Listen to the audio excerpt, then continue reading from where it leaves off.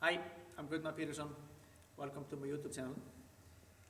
In the first part, I did explain how I like to think about my training in 3 steps. In my last video, I talked about the first part, the supple and relaxed. I talked about how I use one rein work to get the horse supple and relaxed, and how I like to ride on a loose rein actually, as a part of the warm-up and in the beginning. I like to be able to ride on a loose rein almost whenever I want to. But we cannot always ride on loose rein, we cannot always ride with one rein work. We do have to use both reins at some point. And now I'm going to talk about how I like to introduce the outside rein and also the beginning of rein contact, like the first step of rein contact. I look at this kind of like almost the bridge between this first step, called supple and relaxed, to that second step called gaining control, which we'll talk about later. So now I'm going to talk about how I like to introduce the outside rein after I've done the one rein work, the loose rein work, to get the horse supple and relaxed. And then I'm going to show you how I like to start with rein contact, how I like to show people the first step of rein contact. So let's get started. Like I said in the video before, we worked a lot with one rein and making sure the horse was supple and relaxed. And that is a very important part before I can do this one. Introduce the outside rein.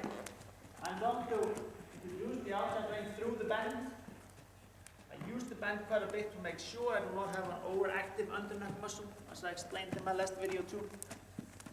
I think it's very important to have a supple neck that works with you, not against you.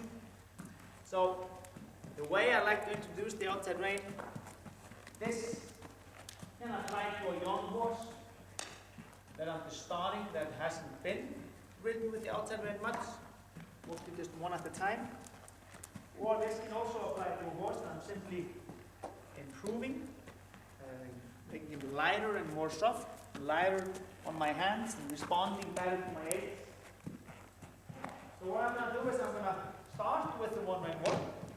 In other words, I'm going to keep the outside rein loose. I'm going to bend my horse to the inside. I bend him until I feel him soft on the inside. Once I feel him soft on the inside, I apply the outside rein, and then the horse stops. I apply it lightly, I do not pull. So the stop becomes a teamwork between my inside and outside rein with the bend. I'll show you this a few times. Again, loose outside rein to begin with. Bend the horse to the inside. Do one more circle here. Outside is loose, I wait for it to get soft on the inside. Then I apply the outside rein without losing the bend with the inside rein. And I want the horse to end up stopping with the bend and light on both reins. Soft on the inside, stops from the outside, he stops with the bend. What you will notice is a lot of them will try to straighten up by moving the hind end sideways and put it right behind the front end so they can be straight again. So if that's the case, you just keep bending, you just keep the bend. Don't lose the bend, no matter what. And then reapply the outside. Oh, there you go. And then he stops like this. Stops with the bend, but with 2 reins, with both reins. This is not a one rein stop. One rein stop is when you only use that one rein to stop. I am stopping with 2 reins, I am stopping with both reins, but with the bend. The bend on the loose outside rein, apply the outside rein, wait, and stop like that. Again, forward, bend on a loose outside rein, apply the outside rein, and stop with the bend. But with both reins. 3 steps to this exercise. First is always forward, obviously.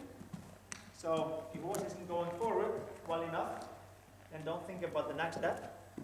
Second step is bend on a loose outside rein. If your horse isn't bending well, then don't think about the stopping part. Third step, stop.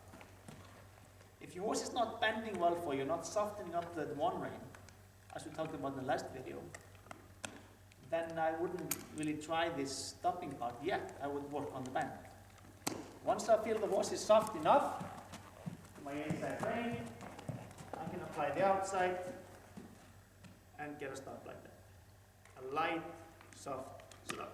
So, the idea is kind of like if he's not stopping well, you can increase the bend, but try not to increase the pressure or the strength. The better the horse becomes at this, the better and lighter he starts to respond to you, the less bend you need. See, stop totally quiet and light on my hands, the very little bend. In the beginning, I like to use about 90-degree bend, almost halfway to the stirrup, and there I stop it. Then the better he gets, the less I bend him, and it ends up being just a little bit of flexion in his pole or his neck, and stop right there. And that's all you need. Alright, so now we're going to introduce the outside rein to the horse. He kind of has the concept now, he understands now that the outside rein is okay, you can use both reins, it's soft. And again, this can apply to a green horse you're starting, or just a horse you're improving and working with and making them lighter and softer, which we all want, right?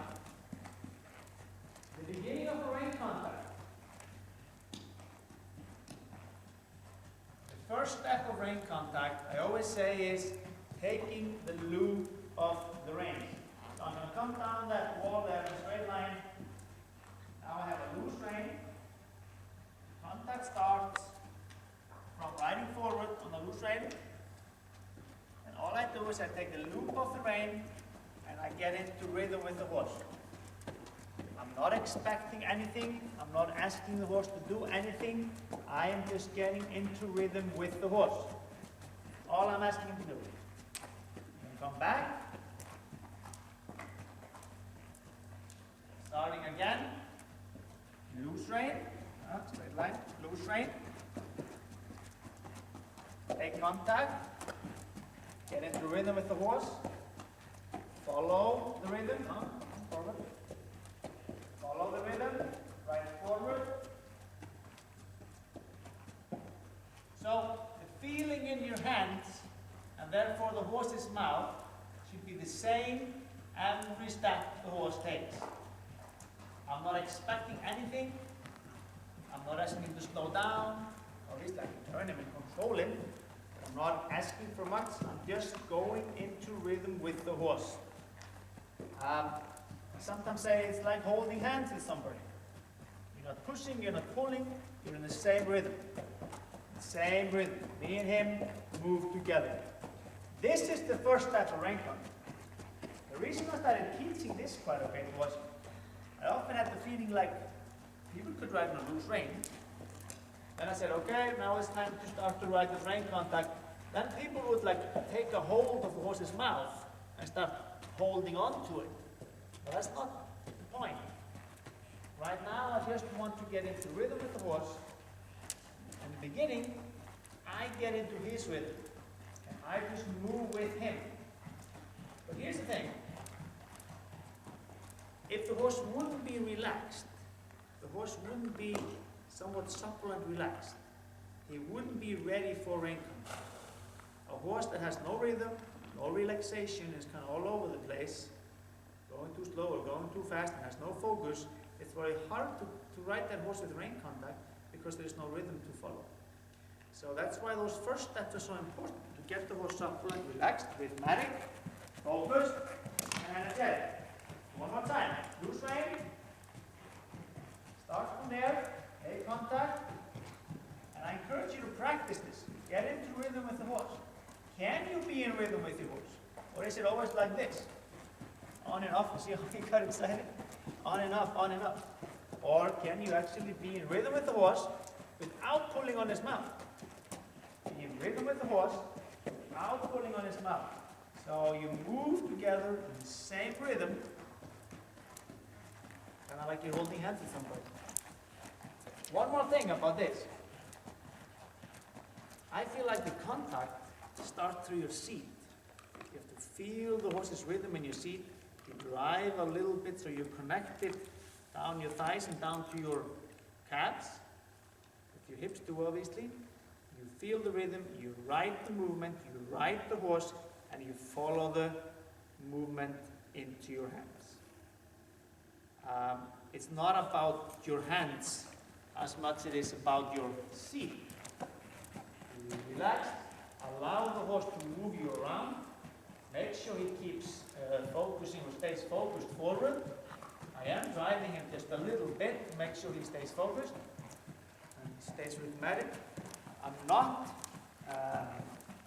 holding him back. I do not want him to shorten his walk yet. I just want him to walk in an energetic, forward, relaxed walk. And then I just focus on finding the rhythm from the seat and moving with it into my hands. Okay? I encourage you again to go home and practice this on your horse and see if you can actually keep an even rhythm with the horse.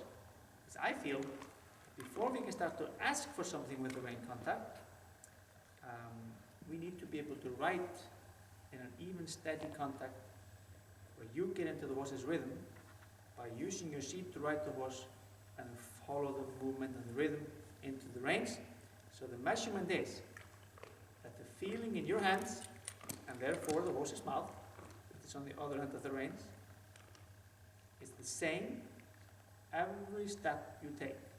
It's there, you can feel his mouth, there's no pressure, but it's always the same. Not the same as riding on loose rein, because then you do not feel it. You get into rhythm with the horse and follow it and feel it being the same every step.